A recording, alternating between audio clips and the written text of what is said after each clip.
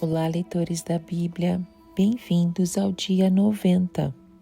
Eu sou a Tati Camargo do Mulheres com Fé e juntos estamos lendo a Bíblia em um ano com apenas 15 minutos por dia. Hoje eu vou ler para vocês Juízes dos capítulos 3 ao 5. Mas antes disso, se você ainda não segue Mulheres com Fé, @oficial, faça isso hoje mesmo lá no Instagram. E lembrando a vocês que além do YouTube, nós temos também disponíveis os áudios no podcast, no aplicativo do Spotify. Que Deus continue te abençoando e que Ele fale conosco nessa leitura. Vamos fazer a nossa oração. Senhor, muito obrigado por mais um dia na Tua presença. Obrigado pelo Teu Espírito Santo nas nossas vidas. Obrigado pela Tua obra, Jesus, na cruz e pelo o trabalho que o Senhor tem feito em nossos corações, na nossa mente. Obrigada por toda a Sua graça sobre nós. Que através do Espírito Santo nós possamos ter sabedoria, conhecimento e compreensão na leitura de hoje.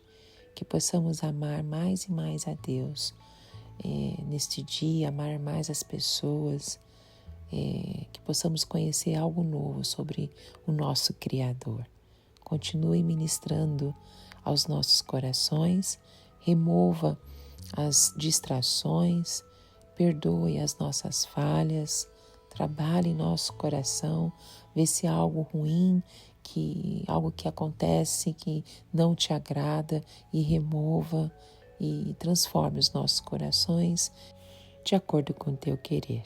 Em nome de Jesus. Amém. Juízes capítulo 3.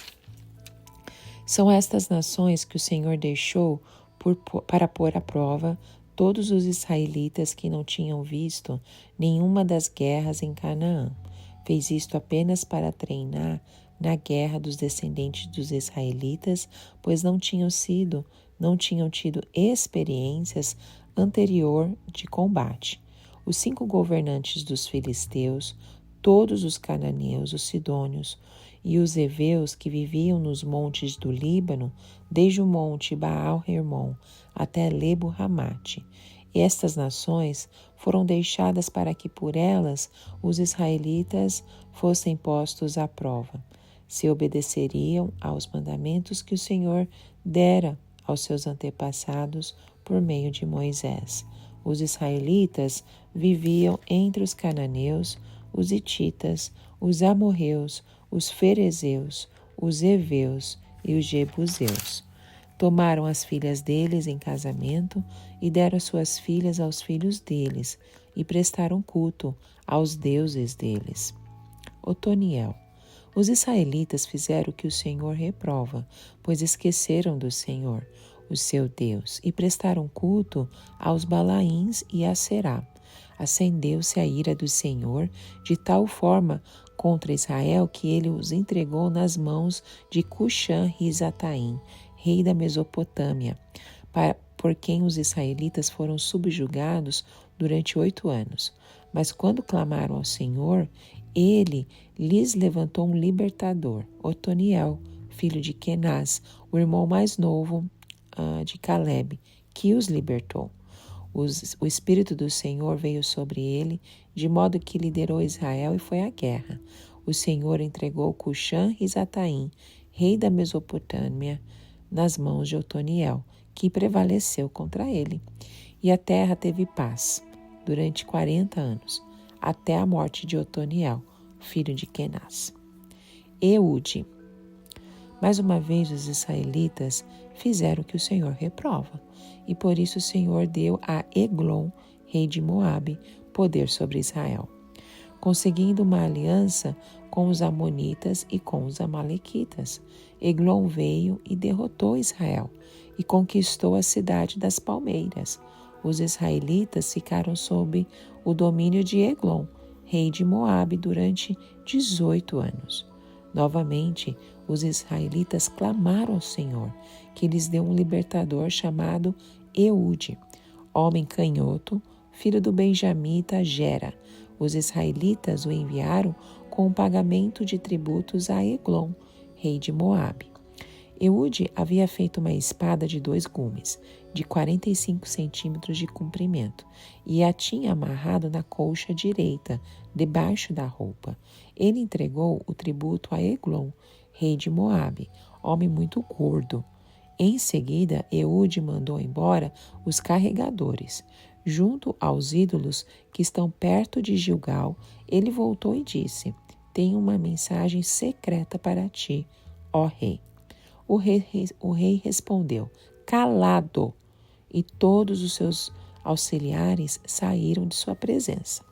Eude aproximou-se do rei, que estava sentado sozinho na sala superior do palácio de verão, e repetiu: Tenho uma mensagem de Deus para ti. Quando o rei se levantou do trono, Eude estendeu a mão esquerda, apanhou a espada da sua coxa direita e a cravou-a na barriga do rei. Até o cabo penetrou com a lâmina, e como não tirou a espada, a gordura se fechou sobre ela. Então Eude saiu para o pórtico, depois de fechar e trancar as portas da sala atrás de si. Depois que ele saiu, vieram os servos e encontraram trancadas as portas da sala superior e disseram: Ele deve estar fazendo suas necessidades em seu cômodo privativo. Cansaram-se de esperar, e como ele não abria a porta da sala, pegaram a chave e a abriram, e lá estava o seu senhor, caído no chão, morto. Enquanto esperavam, Eude escapou, passou pelos ídolos e fugiu para Seirá. Quando chegou, tocou a trombeta nos montes de Efraim, e os israelitas desceram dos montes com ele à sua frente. Sigam-me, ordenou, pois o Senhor entregou Moabe, o inimigo de vocês, em suas mãos. Eles o seguiram, tomaram posse do lugar de passagem do Jordão, que levava a Moabe, e não deixaram ninguém atravessar o rio. Naquela ocasião, mataram cerca de 10.000 moabitas, todos eles fortes e vigorosos. Nenhum só homem escapou. Naquele dia, Moabe foi subjugado por Israel, e a terra teve paz durante 80 anos. Sangar. Depois de Eude, veio Sangar, filho de Anate, que matou 600 filisteus com uma aguilhada de bois. Ele também libertou Israel. Juízes capítulo 4. Débora. Depois da morte de Eude, mais uma vez os israelitas fizeram o que o Senhor reprova. Assim o Senhor os entregou nas mãos de Jabim, rei de Canaã, que reinava em Azor. O comandante do seu exército era Cícera, que habitava em Azorete-Agoim. Os israelitas clamaram ao Senhor, porque Jabim, que tinha 900 carros de ferro, os havia oprimido cruelmente durante 20 anos. Débora, uma profetisa, mulher de Lapidote, liderava Israel naquela época. Ela se sentava debaixo da tamareira de Débora, entre Ramá e Betel, nos montes de Efraim, e os israelitas a procuravam para que ela decidisse as suas questões. Débora mandou chamar Baraque, filho de Abinoão, de Quedes, em Naphtali, e lhe disse: O Senhor, o Deus de Israel, lhe ordena que reúna 10.000 homens de Naphtali e Zebulon e vá ao monte Tabor. Ele fará que Cícera, o comandante do exército de Jabim, vá atacá-lo com seus carros de guerra e tropas, junto ao rio Quizon, e os entregará em suas mãos. Baraque disse a ela: Se você for comigo, irei, mas se não for, não irei. Respondeu Débora: Está bem, irei com você, mas saiba que, por causa do seu modo de agir, a honra não será sua, porque o Senhor entregará Cícera nas mãos de uma mulher.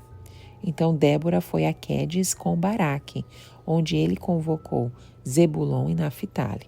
10.000 homens o seguiram, e Débora também foi com ele. Ora, o queneu Éber se havia separado dos outros queneus descendentes de Obabe, sogro de Moisés, e tinha armado sua tenda junto ao carvalho de Zaanim, perto de Quedes. Quando disseram a Cícera que Baraque, filho de Abinoão, tinha subido ao monte Tabor, Cícera reuniu seus 900 carros de ferro e todos os seus soldados, de Arosete a Goim, ao rio Quizon. E Débora disse também a Baraque: Vá, este é o dia que o Senhor entregou Cícera em suas mãos. O Senhor está indo à sua frente. Então Baraque desceu ao monte Tabor, seguido por 10.000 homens. Diante do avanço de Baraque, o Senhor derrotou Cícera e todos os seus carros de guerra e seu exército ao fio da espada. E Cícera desceu do seu carro e fugiu a pé. Baraque perseguiu os carros de guerra e o exército de Arosete a Goim. Todo o exército de Cícera caiu ao fio da espada. Não sobrou um só homem. Cícera, porém, fugiu a pé para a tenda de Jael, mulher do queneu Éber, pois havia paz entre Jabim, rei de Azor, e o clã do queneu Éber. Jael saiu ao encontro de Cícera e o convidou. Venha, entre na minha tenda, meu senhor. Não tenha medo. Ele entrou e ela o cobriu com um pano. Estou com sede, disse ele. Por favor, dê-me um pouco de água. Ela abriu uma vasilha de leite feita de couro, deu-lhe de beber e tornou a cobri-lo. E Cícera disse à mulher: Fique à entrada da tenda. Se alguém passar e perguntar se há alguém aqui, responda que não. Entretanto, Jael, mulher de Éber, apanhou uma estaca na tenda e um martelo e aproximou-se silenciosamente enquanto ele, exausto, dormia um sono profundo. E cravou-lhe a estaca na têmpora até penetrar o chão, e ele morreu. Baraque passou à procura de Cícera, e Jael saiu ao seu encontro. Venha, disse ela, e eu lhe mostrarei o homem que você está procurando. E entrando ele na tenda, viu ali caído Cícera, morto, com a estaca atravessada nas têmporas. Naquele dia, Deus subjugou Jabim, o rei cananeu, perante os israelitas, e os israelitas atacaram cada vez mais a Jabim, o rei cananeu, até que eles o destruíram. Juízes capítulo 5. O cântico de Débora. Naquele dia, Débora e Baraque, filho de Abinoão, entoaram este cântico. Consagrem-se para a terra os chefes de Israel. Voluntariamente o povo se apresenta. Louvem ao Senhor. Ouçam, ó reis, governantes, escutem, cantarei ao Senhor. Cantarei, comparei músicas ao Senhor, o Deus de Israel. Ó Senhor, quando saíste de Seir, quando marchaste desde os campos de Edom, a terra estremeceu, os céus gotejaram, as nuvens despejaram água, os montes tremeram perante o Senhor, o Deus do Sinai, perante o Senhor, o Deus de Israel. Nos dias de Sangar, filho de Anate, nos dias de Jael, as estradas estavam desertas, os que viajavam seguiam caminhos tortuosos. Já tinham desistido os camponeses de Israel, já tinham desistido até que eu, Débora, me levantei. Levantou-se uma mãe em Israel. Quando escolheram novos deuses, a guerra chegou às portas e não se via um só escudo ou lança entre 40.000 de Israel. Meu coração está com os comandantes de Israel, com os voluntários dentre o povo. Louvem o Senhor. Vocês que cavalgam em brancos jumentos, que se assentam em ricos tapetes, que caminham pela estrada, considerem. Mais alto que a voz dos que distribuem água junto aos bebedouros, recitem-se os justos feitos do Senhor, os justos feitos em favor dos camponeses de Israel. Então o povo do Senhor desceu às portas. Desperta, Débora, desperta, desperta, desperta, irrompa em cânticos, levante-se, Baraque, leve presos os seus prisioneiros, ó filho de Abinoão. Então desceram os restantes e foram os nobres. O povo do Senhor veio a mim contra os poderosos. Alguns vieram de Efraim, das raízes de Amaleque. Benjamim estava com o povo que seguiu você. De Maquir desceram comandantes, de Zebulon os que levam a vara de oficial. Os líderes de Issacar estavam com Débora. Sim, Issacar também estava com Baraque, apressando-se após ele até o vale. Nas divisões de Ruben houve muita inquietação. Por que vocês permaneceram entre as fogueiras ao ouvir o balido dos rebanhos? Nas divisões de Ruben houve muita indecisão. Gileade permaneceu do outro lado do Jordão. E Dan, por que se deteve junto aos navios? Azer permaneceu no litoral e em suas enseadas ficou. O povo de Zebulon arriscou a vida, como fez Naftali, nas altas regiões do campo. Vieram reis e lutaram. Os reis de Canaã lutaram em Taanaque, junto às águas de Megido. Não as levaram prata alguma, despojo algum. Desde o céu lutaram as estrelas, desde as suas órbitas lutaram contra Cícera. O rio Quizon os levou, o antigo rio, o rio Quizon. Avante, minha alma, seja forte. Os cascos dos cavalos faziam tremer o chão, galopavam os seus poderosos cavalos. Amaldiçoem Meroz, disse o anjo do Senhor, amaldiçoem o seu povo, pois não vieram ajudar o Senhor contra os poderosos. Que Jael seja a mais bendita das mulheres. Jael, mulher de Éber, o queneu, seja ela bendita entre as mulheres que habitam em tendas. Ela pediu água e ela lhe deu leite. Numa tigela digna de príncipes, trouxe-lhe coalhada. Ela estendeu a mão e apanhou a estaca da tenda, e com a mão direita o martelo do trabalhador. Golpeou Cícera, esmigalhou sua cabeça, esmagou e traspassou suas têmporas. Aos seus pés ele se curvou, caiu e ali ficou prostrado. Aos seus pés ele se curvou e caiu. Onde caiu, ali ficou, morto. Pela janela olhava a mãe de Cícera. Atrás da grade ela exclamava: por que o seu carro se demora tanto? Por que custa chegar o ruído dos seus carros? As mais sábias de suas damas respondiam, e ela continuava falando consigo mesma. Estarão achando e repartindo os despojos, uma ou duas moças para cada homem, roupas coloridas como despojo para Cícera, roupas coloridas e bordadas, tecidos bordados para o meu pescoço. Tudo isso como despojo? Assim pereçam todos os inimigos, ó Senhor, todos os teus inimigos, ó Senhor. Mas os que te amam sejam como o sol, quando se levanta na sua força. E a terra teve paz durante 40 anos.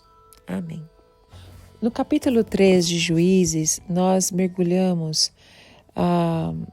também num início, de narrativas sobre os juízes que Deus estipulou para Israel. Então nos apresenta uma série de personagens fascinantes e eventos que moldaram o destino do povo de Deus numa era bem turbulenta. Então o capítulo 3 nos leva a uma jornada de ciclo recorrente na história de Israel. O ciclo do pecado, da opressão, do clamor por socorro e da libertação divina. Então, à medida que a gente vai avançando a leitura, nós somos apresentados aos juízes extraordinários, como Eude, o canhoto habilidoso. Achei muito interessante ser relatado que ele era canhoto. E nós também somos apresentados a Débora, a profetisa e líder poderosa. Nós vamos ver no capítulo 4. Então, cada um deles desempenhou um papel crucial na libertação de Israel das mãos dos seus opressores. Além disso, nos fornece vislumbres importantes das nações inimigas que cercavam Israel na época e dos desafios enfrentados pelo povo escolhido de Deus em sua jornada espiritual e política. Então, este capítulo, ele serve como uma porta de entrada para as narrativas que vão se desdobrar ao longo do livro de Juízes, explorando temas de fé, de coragem, de traição, de redenção, que continua a ressoar em nossas próprias vidas hoje. Bom, no capítulo 4, nós entramos na história de Débora, de Jael. A história ela se desenrola em um momento turbulento da história de Israel, quando o povo estava sob a opressão dos cananeus, liderados por Sísera, um poderoso comandante militar. Então, diante desse quadro sombrio, uma figura excepcional aparece, Débora, uma profetisa e uma juíza, destacando-se como uma das poucas mulheres que ocuparam cargos de liderança no Antigo Testamento. Então, Débora não está sozinha em sua jornada. Ela encontra um aliado improvável em Baraque, que é um comandante militar que demonstra hesitação em aceitar o desafio de enfrentar Sísera e seus formidáveis exércitos enormes. Os exércitos de Sísera eram gigantescos. O texto nos leva por uma trama completa de reviravoltas e surpresas, à medida que esses dois líderes improváveis se unem para cumprir a missão de libertar Israel. Esse capítulo nos oferece um estudo maravilhoso sobre liderança, coragem e soberania. E à medida que a gente vai explorando esse capítulo, nós aprendemos muitas lições sobre a importância de confiar em Deus, né? A coragem diante dos desafios aparentemente insuperáveis e a capacidade de liderança que pode surgir de onde menos esperamos. Essa narrativa nos convida a refletir sobre como a história de Israel ecoa em nossas próprias vidas, inspirando a gente a enfrentar os nossos próprios desafios com fé e determinação. E o capítulo 5 é uma canção, a canção de Débora, né? Uma canção de vitória que ressoa através do capítulo 5 como uma energia contagiante, nos apresenta um dos momentos mais lindos da narrativa bíblica. Ele é conhecido como Cântico de Débora, uma vez que é uma composição lírica da juíza Débora e também de Baraque, o comandante do exército israelita.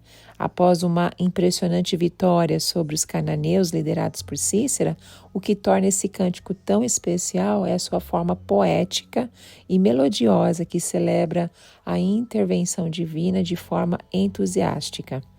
Então, na história, nós testemunhamos como Débora, uma mulher sábia e corajosa, que liderou Israel à vitória por meio de uma estratégia engenhosa e a orientação de Deus. O cântico reflete a gratidão do povo de Israel e o reconhecimento de que a sua libertação só foi possível graças à justiça e ao poder de Deus. Amém? Que Deus continue nos ensinando através do Espírito Santo a sua palavra e que Ele continue falando ao seu coração. Nos encontramos no próximo áudio. Tchau, tchau.